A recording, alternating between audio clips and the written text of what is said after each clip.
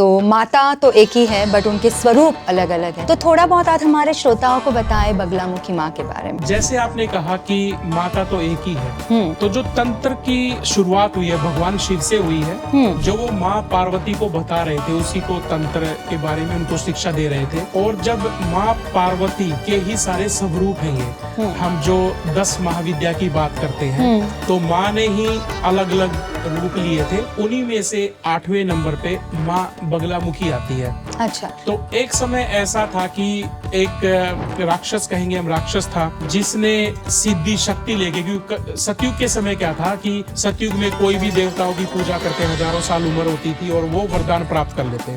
अब वो सबसे पहले इंद्र का सिंहासन चाहते थे, तो सबसे पहले देवता को परेशान करते, फिर इंद्र पे अटैक करते कि इसका सिंहासन मिलेगा। तो सभी भयभीत हो जाते। उसने वरदान लिया कि मैं जो भी मुख से बोलूं वो चीज सत्य हो जाए।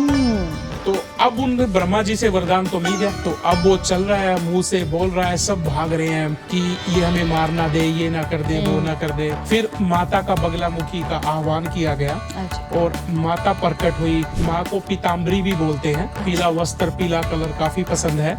तो माता ने आते ही उसकी जीवा को पकड़ लिया कि वो कुछ कर ना पाए, इसीलिए माँ को स्तंभन की देवी भी कहा गया है। तो जैसे जैसे कलयुग बढ़ रहा है तो माँ बगलामुखी मारण, उच्चाटन, वशीकरण, स्तंभन की देवी है। तो इसीलिए माँ का ज्यादा ही आज के समय में नाम लिया जा रहा है या उनकी पूजा हो रही है। माँ के जो बगलामुखी स्वयंभू बोलते हैं, स्वयंभू मंदिर होता है जहाँ प्रकट हुई माँ। तो भगवान राम ने भी उनकी पूजा की थी। अच्छा।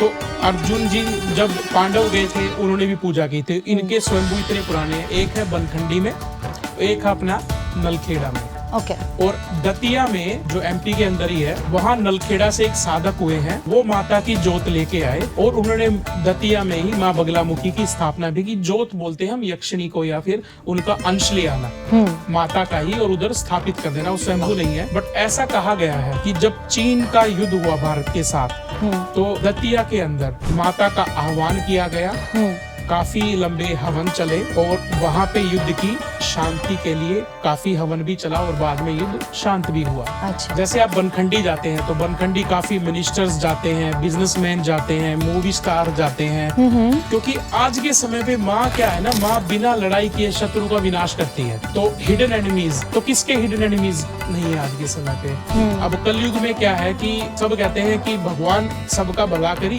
पर शुरुआत मेरे तो करो, मेरे से करना, वो मेरे से करने में ही खत्म हो जाता है। अब हमें उससे दिक्कत नहीं है कि हमारे पास 2 गाड़ियां हैं, हमें दिक्कत यह है कि पड़ोसी के पास 3 आ गई, 4 आ गई। तो उस 4 से जेलस भाव, नजर दोष, और फिर उसके कारण मतलब इसको आप कह सकते हैं कि हम अपने दुख से दुखी नहीं है, हम दूसरे के सुख से ज्यादा दुखी। तो कलयुग में तंत्र बड़ा प्रभावशाली है। तो जैसे ही उसने 4 गाड़ी ली, हमने ये नहीं देखा कि उसके पास 4 मारुति खड़ी है और हमारे पास रेंज रोवर खड़ी है, तो उसके पास 4 है। तो हम भाग के किसी साधक को, तांत्रिक के पास जाते हैं, उसको पैसे देते हैं कि स्वामी जी इसका नुकसान हो जाए।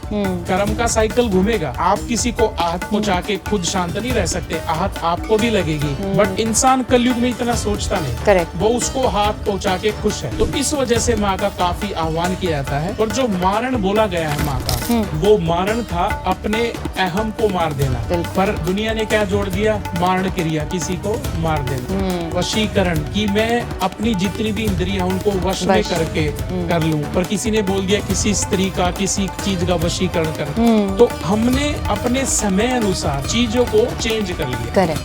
जय श्री राम। राम से बड़ा राम का नाम।